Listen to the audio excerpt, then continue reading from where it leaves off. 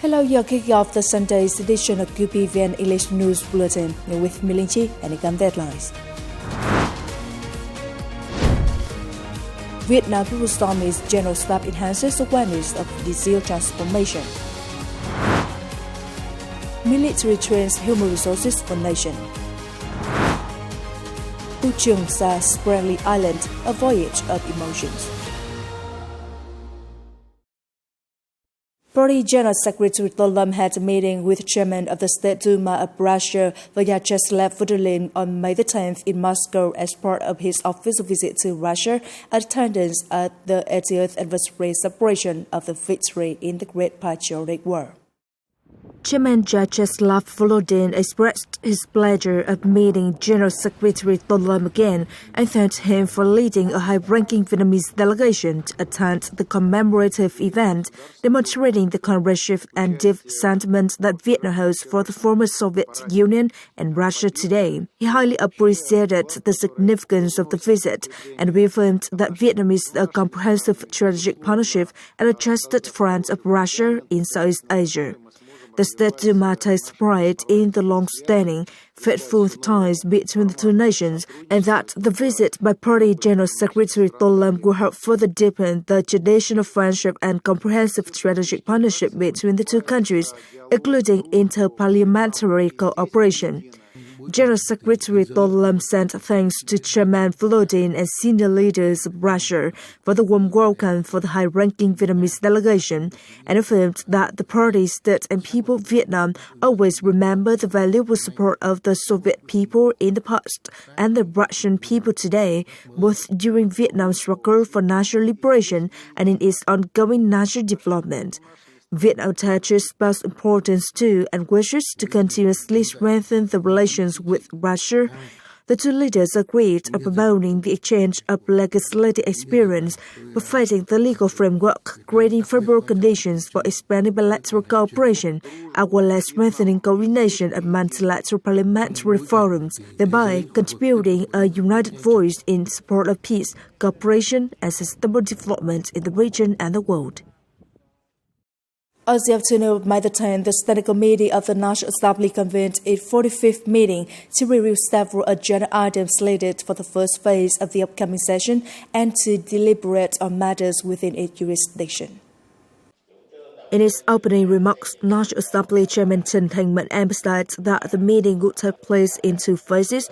Among the key items under discussion is the draft resolution of the National Assembly on specific mechanisms and policies designed to create legislative breakthroughs and enhance the implementation of the law.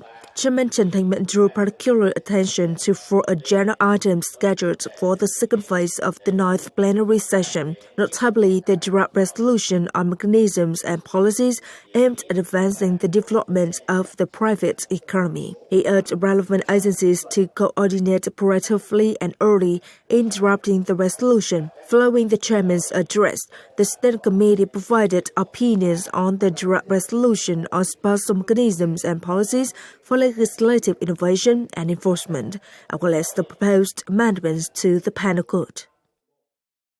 On May the 10th, the General Staff of the Vietnam People's Army convened a training conference on digital transformation for 2025, aimed at upgrading and supplementing knowledge on digital transformation for senior officers and personnel across its affiliated units. General Nguyễn Tân Cương, Chief of the General Staff of the Vietnam People's Army, Deputy Minister of National Defense, attended the conference. Leaderships of the units were mandated to thoroughly grasp and rigorously implement the zero transformation tasks for better quality and effectiveness of mission performance. These efforts are expected to contribute to the fulfillment of the key targets outlined in the Zero Transformation Plans issued by the Ministry of National Defense and the General Staff. Emphasis were placed on achieving key objectives related to infrastructure development, digital application, database construction, cybersecurity, and personnel training as stipulated in the Digital Transformation Roadmap for 2025. Additionally, units are to continue the effective and timely implementation of assigned IT-related tasks and projects, ensuring both quality and schedule compliance. The General Staff is also tasked with formulating a comprehensive strategy for the development of science, technology, innovation, and digital transformation, in service of command automation and the modernization of the military.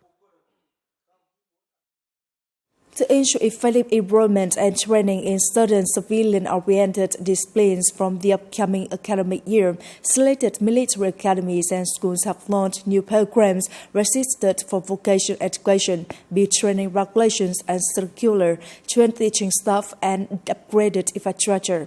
With prior experience in dual-purpose personnel training, military institutions are implementing this mission proactively and systematically. At career orientation and enrollment sections held nationwide this year, students have been provided with more information about the military civilian training programs.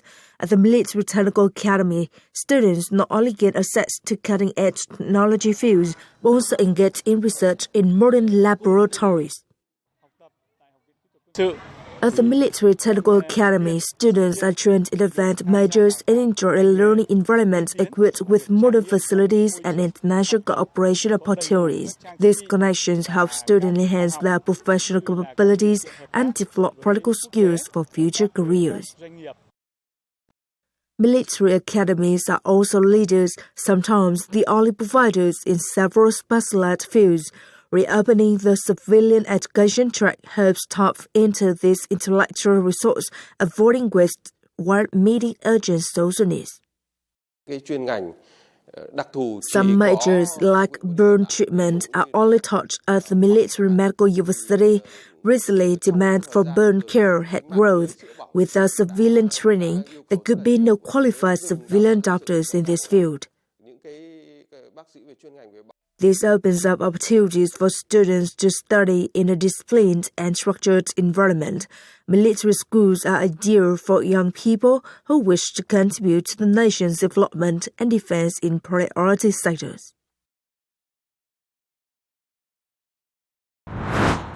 Coming up next, từ Trường Sa Spratly Island, a voyage of emotions. Royal Court music captivates audiences in Switzerland. Trường Sa, those two sacred words always evoke pride and emotion in the hearts of every Vietnamese person.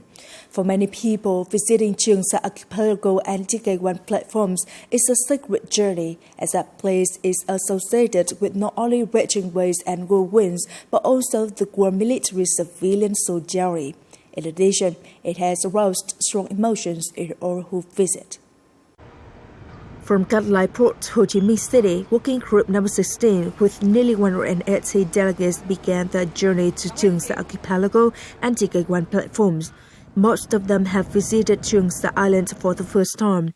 The joy and happiness can be easily seen through their eyes.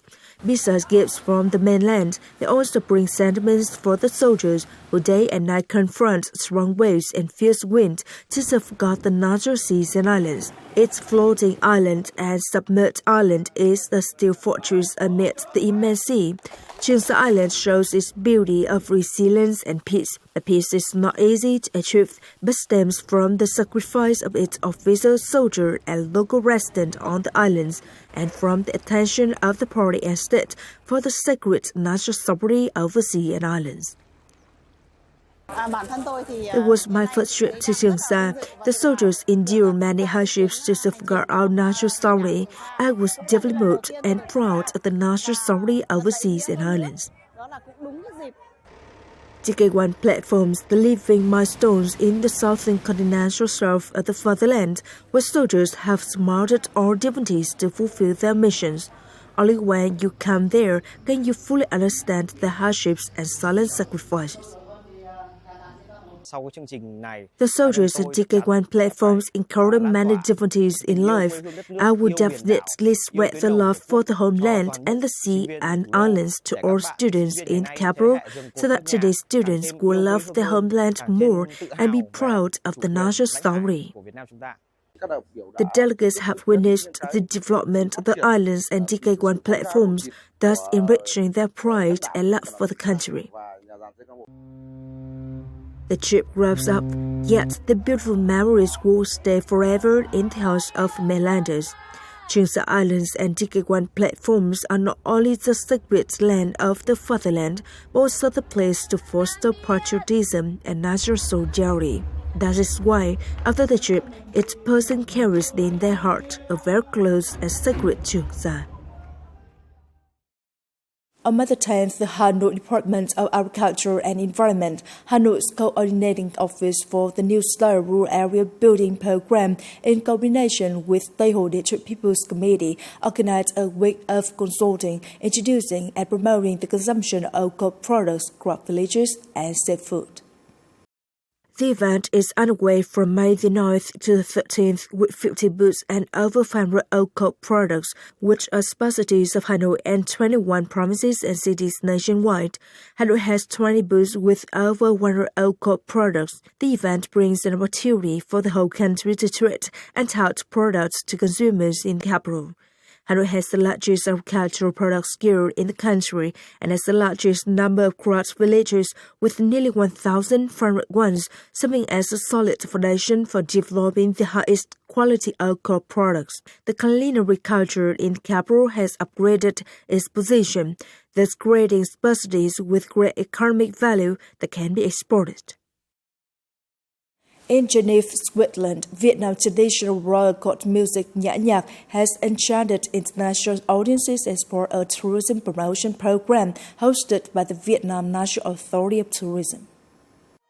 Hundreds of spectators were mesmerized by the unique and refined musical art presented by Vietnamese artists. Through this UNESCO-recognized intangible cultural heritage, Swiss audiences were offered a glimpse into Vietnam's millennia-old cultural richness and artistic heritage.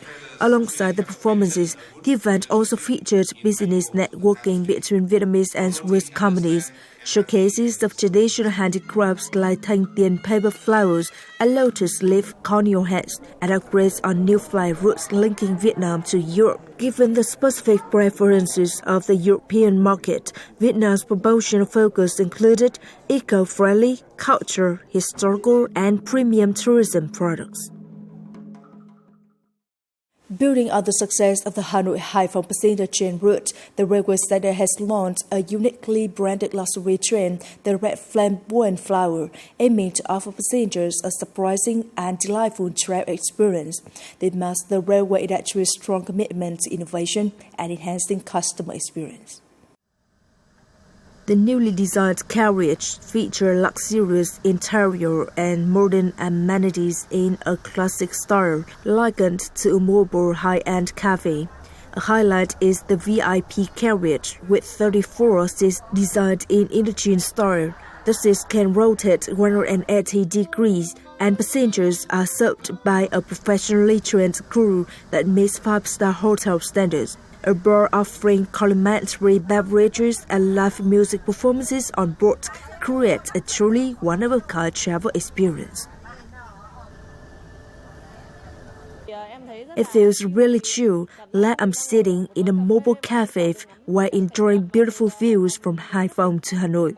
I think the railway should expand this so more passengers can enjoy it. In addition to the Ultra VIP carriage, passengers can also experience newly upgraded standard carriages with 56 rotating seats, ensuring a comfortable journey, especially for elderly travelers. It's very comfortable, especially for the elderly. I'll definitely take the train again next time. The service is specifically tailored for tourism, with the main goal not being profit, but to provide passengers with exceptional experiences and attract more people to rail travel.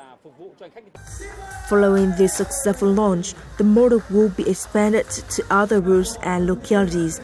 The railway set up plans to accelerate infrastructure development projects, improve service quality, and add more amenities on existing routes, aiming at delivering the best possible travel experience to passengers. It is the end of the latest news bulletin today. You can watch our news again at QPVN.vn. Goodbye, and see you next time.